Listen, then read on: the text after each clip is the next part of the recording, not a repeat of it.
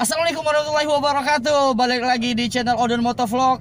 Untuk teman-teman yang baru datang di channel ini, silahkan klik subscribe dan tekan tombol loncengnya biar teman-teman dapat info terbaru dari Odon Motovlog. Alright, hari ini aku kedatangan, bukan kedatangan ya sebenarnya. Ini aku menjemput beliau ini ya untuk nentuin jadwal tuh susah banget bro.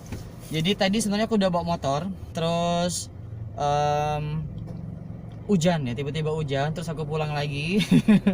Kemarin waktu ada video yang viral itu, video begal yang viral itu, banyak banget yang DM ya, bang tolong dong kasih apa ya, kasih sesuatu lah biar kita para pengendara itu lebih banyak tahu nih tentang kejahatan, tentang motif-motif pelaku kejahatan itu seperti apa. Nah, dan aku kedatangan sekarang ini aku sedang bersama seseorang yang pas banget kalau untuk ditanya-tanya tentang soal itu ya.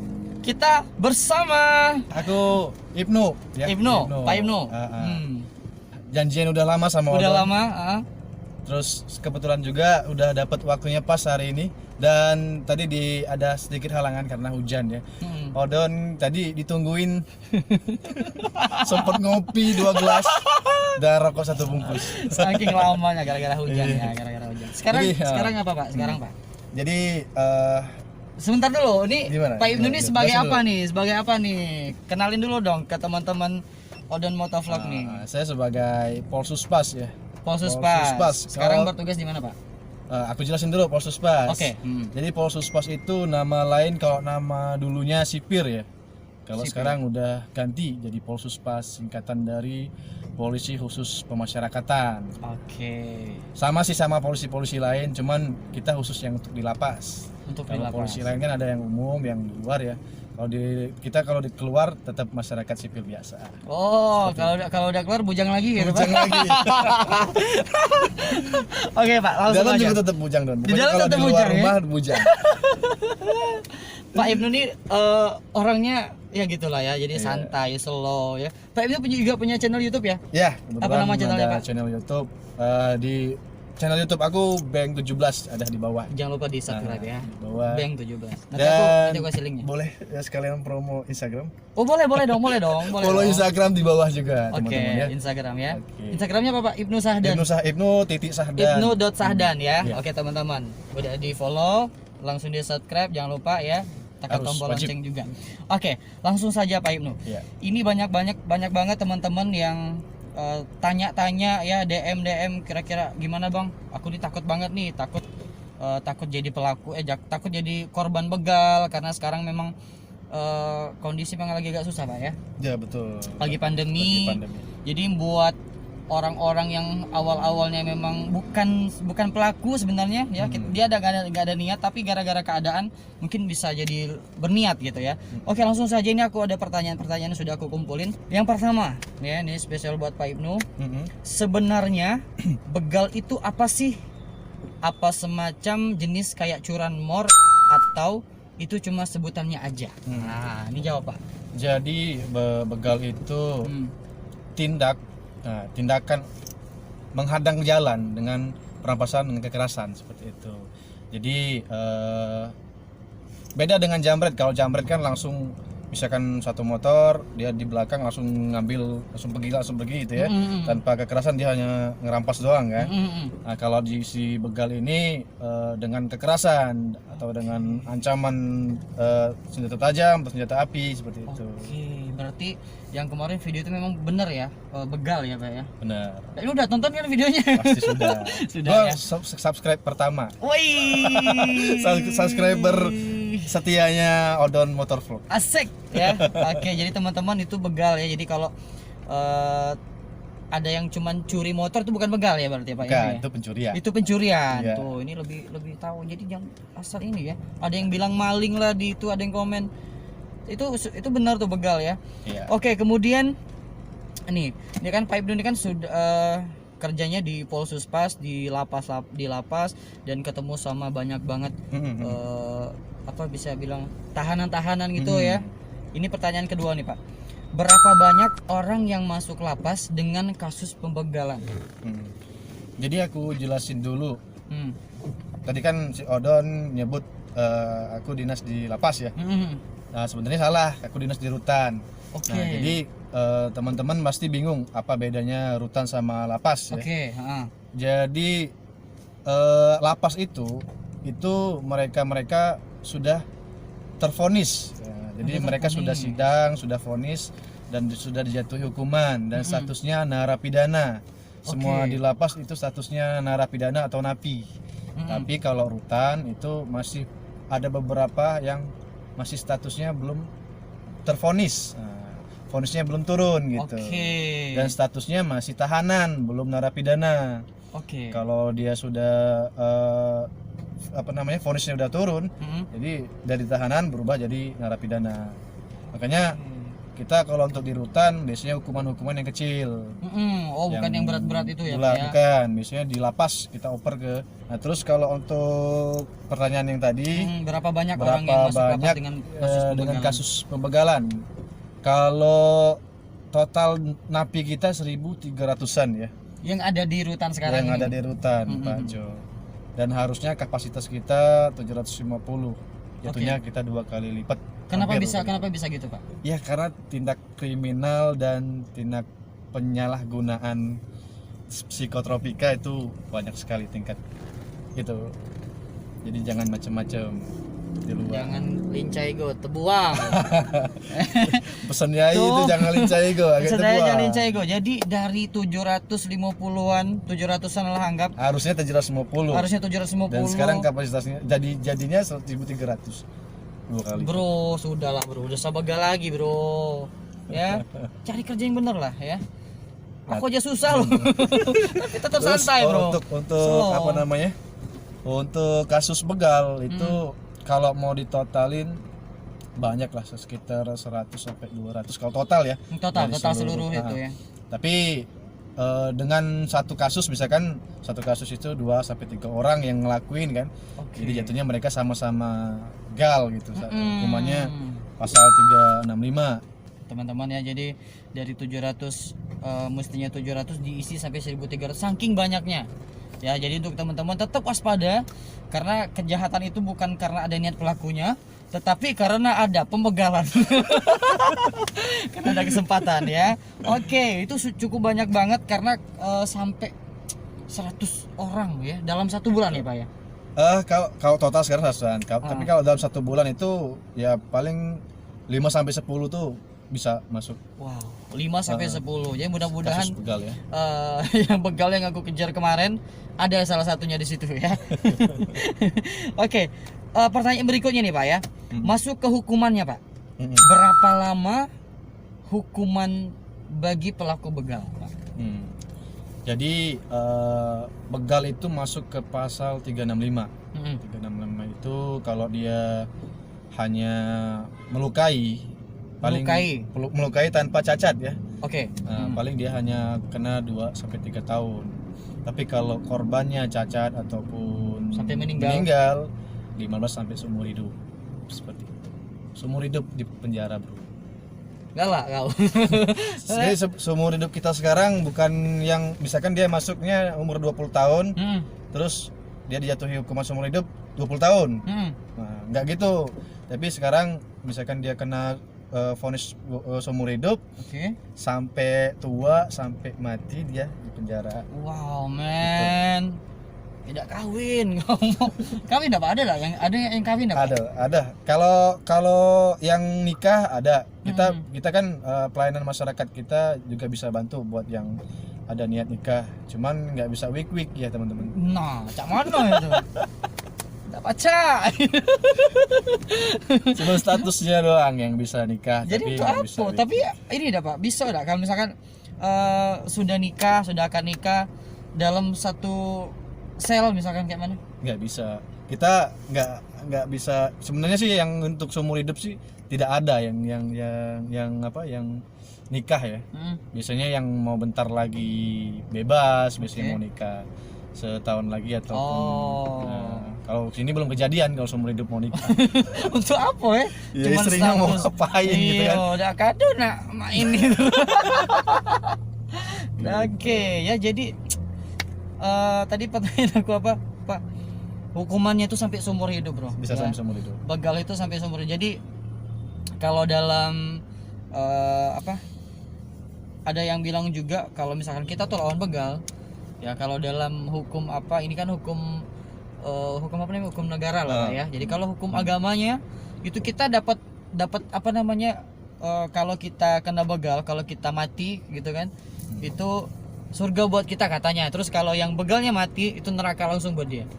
Jadi gitu ya. Jadi hukumannya itu berat banget untuk pelaku begal. Oke, berikutnya nih Pak. Menurut cerita-cerita para begal di lapas nih, kan Pak Ibnu kan sering ketemu nih sama para tahanan-tahanan nih Pak ya. Setiap hari. Tiap hari ya. Jadi tahu banget, tahu bener, tahu persis muka-muka mantan itu ya Pak ya pasti. Hafal. Residivis tuh hafal pasti. Makanya kalau lihat Instagram yang kayak terus lihat dulu si pelakunya siapa, kenal nggak kan? Kadang ada beberapa yang kenal, ke komen. Sekolah lagi bro. Sudah ditangkap, keluar, ngelakuin lagi, sekolah lagi ya. Sekolah lagi di rutan. Masuk pesantren lagi ya. Masuk pesantren. Oke. Jadi menurut cerita para begal di lapas, kenapa mereka sampai ngelakuin pembegalan ini, Bang? Jadi teman-teman, ini pertanyaan teman-teman nih, kenapa sih Bang begal tuh sampai ngebegal gitu kan? Nah, ini pertanyaan yang mesti dijawab nih sama Pak Ibnu. Lanjut Pak. Jadi ada beberapa kondisi orang melakukan suatu tindak kriminal ya. Tapi kebanyakan ngelakuin begal ini biasanya dipengaruhi dengan obat-obatan terlarang, misalnya yang ya buat modal beli gituan lah ya, beli narkoba biasanya gitu. Biasanya kalau ya kita secara logika aja, nggak mungkin orang melakukan suatu tindakan yang di luar nalar atau di luar normal, yang ngelakuin apa namanya, suatu perbuatan yang mencelakakan orang lain memang terniat gitu ya, kecuali tidak dipengaruhi dengan narkoba. Biasanya dipengaruhi oleh narkoba atau mabuk gitu. Selain narkoba apalagi Pak? Yang pertama narkoba, pergaulan. Terus pergaulan juga bisa mempengaruhi. Kadang ada yang memang sudah pergaulannya, kalau nggak ngelakuin itu lo nggak hebat gitu kan, nggak keren katanya, lo nggak ngelawan gitu kan. Padahal ada macam-macam cara yang buat kita memang yang gagah gitu kan, nggak harus ngelakuin seperti itu. Betul. Jadi ada gara-gara narkoba. Biasanya karena narkoba. Kebanyakan karena narkoba. Ada nggak Pak? Misalkan aku nih kepaksa Pak ngebegal, aku buat makan anak istri misalkan, ada nggak gitu? Mungkin kalau dari 10 itu 1 cuman ya kalian. Karena kayak paling kalau yang karena memang untuk anak istri itu paling dia cuma mencuri maling motor atau seperti itu aja, nggak sampai ngelukain korban. Kalau udah sampai ngelukain korban itu berarti memang ada terniat lah. Memang sudah niat dari awal berarti, makanya hukumannya berat karena sudah terencana gitu ya. Tuh ya, jadi untuk yang sudah terlanjur melakukan pembegalan ya dimohon juga untuk apalah ya sudahlah, stop lah. Itu juga motor jual murah. Ya, yang pasti dijualnya nggak ini ketengan, nggak resmi ya kan, dilepas bannya gitu kan, dilepas apa gitu ya. Iya. Oke, kira-kira tempat seperti apa yang sering dijadikan TKP begal, misalkan ini tempatnya bahaya nih atau gimana gitu Pak, coba jelasin. Jadi kalau untuk tempat, biasanya tempat yang sepi ya, sepi dari rumah-rumah penduduk ataupun jarak antar rumah penduduk itu agak jauh ya. Nah, terus tuh tempat yang penerangannya kurang. Kalau malam penerangannya kurang. Ya kalau siang tempat yang sepi-sepi tadi. Nah, terus itu apa namanya? Buat teman-teman tuh kalau bisa jalannya nggak sendirian kalau jalan malam. Biasanya kan begal mayoritas mereka dinasnya saat malam. Dinas malam atau maghrib lah ya, karena maghrib kan rata-rata orang kan mau menuju ke rumah buat ngelakuin ibadah ya. Nah, jalan otomatis sepi ya, dari jam 6:30 sampai jam 7:30 sekitar itu. Biasanya sepi. Nah, kalau bisa usahakan kalau keluar jam-jam seperti itu atau keluar malam itu ada partner, ada teman ya. Dan jangan lupa spion selalu standby, dilihat terus ya. Benar. Jadi itu salah satu fungsi spion ya, selain untuk melihat kendaraan yang di belakang kita, juga ngelihat kalau ada ini begal yang lagi dinas. Kalau ada cewek-cewek yang kebetulan sendiri gitu. Boleh langsung stopin, ngaku gojek aja. Oke, jadi terus juga buat pesan buat yang teman-teman penonton Odon Motovlog, kalau bisa pakai perhiasan yang ala kadarnya aja kalau lagi berkendara, khususnya buat cewek ya. Cewek ya. Jangan sampai mencolok lah, mengundang orang untuk melakukan kriminal. Bukan mengundang syahwat, bukan Pak? Wah, Ya? kalau itu nggak apa-apa. Oke, jadi teman-teman masih ada lagi Pak? Mungkin itu dulu. Mungkin itu dulu. Jadi tempat yang sepi teman-teman harus hindari. Terus juga kan biasanya Pak begal ini mereka ini ada benar kata Pak Ibnu, mereka ini berregu, ada kelompok-kelompok ya. Jadi kayak ada komunitas atau klub. ada komunitas juga loh bro, mau ikut nggak bro, gabung bro? Ya ada komunitas loh. Jadi mereka beregu Pak, kadang-kadang ada yang bermotor berdua nih, dia boncengan sama teman gitu kan. Tapi yang begal itu malah lebih ramai Pak. Kadang-kadang 2-3 motor. Iya. Itu gimana Pak? Lebih baik kalau misalkan sudah kejadian seperti itu, udah nggak usah ngelawan lah, kasih nggak apa, harta bisa dicari tapi nyawa nggak bisa. Betul bro, bener. Jadi yang aku sempat bilang ada di tips anti begal versi Odon Motovlog itu benar kata Pak Ibnu, perhiasan ya jangan sampai terlalu mencolok. Jadi kalaupun misalkan ada begal yang dia awalnya nggak mau begal nih, tapi lihat perhiasan, wah ini boleh juga nih laku, bisa laku berapa gitu kan. Jadi orang-orang yang awalnya nggak ada niat tiba-tiba jadi ada niat ya. Terus kalau memang sudah kejadian dibegal atau turun motor lu serain misalkan gitu kan, ya udah ambil nih Pak ya kan. Kurang apa Pak? Bensin ini Pak, bensin Pak. Kecuali kalau ada ilmu kebal kan. Kalau udah rame yang ngerumunin mau begal kan, kalau sudah tusuk gua gitu kan, tusuk gua nggak apa-apa, dikasih aja Pak ya, pasrah aja lah ya kasih intinya aja ya. nggak apa-apa. Pasrah, jangan sampai ngelawan ya. Kalau kita ngelawan percuma, kita bisa luka, motor hilang, tetap kita luka. Bisa nyawa hilang juga. Bisa nyawa bisa hilang juga bro, aduh. Betul. Ngeri ya. Kasihan orang keluarga di rumah ya. Betul. Waya kata-kata umpulan itu waya motor ya. Unjuk hilang. Iya. Tadi kalau memang dia, "Bang, itu bensinnya habis, Bang." Nah, ini duitnya Iya. untuk isi bensin ngomongin. Bagus. Oke, wow. Luar biasa. Jadi banyak banget ilmu dan pengetahuan yang kita dapat dari Pak Ibnu sebagai Polsuspas yang sudah setiap hari ketemu sama para tahanan-tahanan yang ada di rutan Pak Jo Pak ya sekarang ya. Di rutan Pak Jo. Di rutan Pak Jo di Palembang. Oke teman-teman, ini sudah aku jawab pertanyaan dari teman-teman yang tanyain kira-kira apa yang harus dilakukan gitu kan. Oke Pak Ibnu, ini terakhir ya. Terakhir pesan yang paling Pak Ibnu tekankan untuk teman-teman yang ada di rumah pada para subscriber Odon Motovlog Pak. Jadi untuk pesan buat anak-anak muda yang lagi nonton Odon Motovlog, yang belum subscribe dulu. Jangan lupa Bank 17 juga. Jadi pesannya lakuin atau pikir hal yang positif aja. Jadi banyak hal-hal yang positif yang bisa membuat kalian menjadi seorang yang bermanfaat lah. Jadi kalau kata pepatah itu, orang yang paling baik itu adalah orang yang bermanfaat untuk lingkungan sekitar. That's right. Tuh, Ben aku benar. That's right. Wow. Jadi lakuin hal positif, terus analisa lingkungan pergaulan ya. Kalau kalian kan udah gede, udah pada ya, udah pada ada bulu semua. Udah ada pada bulu. Jadi bisa paham lah yang mana yang benar, yang mana yang nggak benar kan. Kalau udah kelihatan nggak benar, udah nggak usah ikutin. Kenal aja sama temen yang seperti itu, tapi nggak usah ikut-ikutan yang model macam itu ya. Kasihan sama keluarga juga Pak ya. Iya bener.